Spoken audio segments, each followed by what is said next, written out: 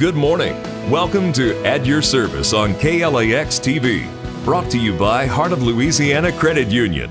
Good morning. I'm Bennett Rowland Jr. at your service. And this morning we're joined by Dr. Holcomb from the Department of Health and Hospitals, and we're here to talk about the Zika virus. Good morning, Dr. Holcomb. Good morning. How are you doing? I'm good, man. First off, let's just kind of explain what the Zika virus is. Zika virus is one of many kinds of viruses. It's a flavivirus, which is a class of viruses. And these are transmitted by mosquito bites. So this is not an infection that people transmit from one to the other, except if an infected person has sex with an uninfected person. When they have virus in their blood, they actually can transmit it. But that's exceptional. The usual mode of transmission is from a person via mosquito to another person. Yes, sir. And so far there are 2 suspected cases in Louisiana. Just kind of tell us what that means. Well, we have the cases are in the United States. There's 84 documented cases, and there's probably 3 or 4 times as many that are unidentified.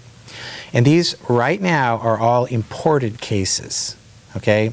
So these are people who have traveled to countries where the Zika virus is present, the mosquitoes are present, and they've been bitten, and they've come back with the disease.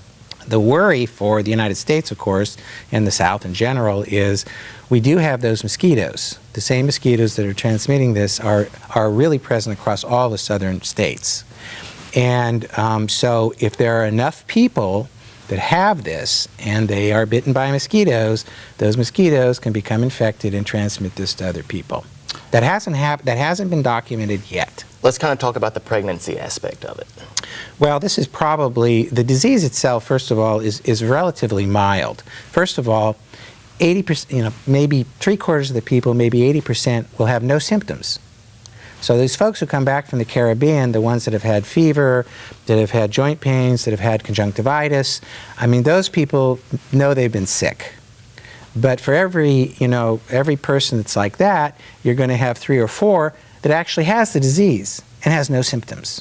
And that's a huge, huge problem. The disease itself is relatively mild, but the problem is that in Latin America, they've had this huge increase of microcephaly, which are children, infants that are born with these small heads and then have a lifelong impairment.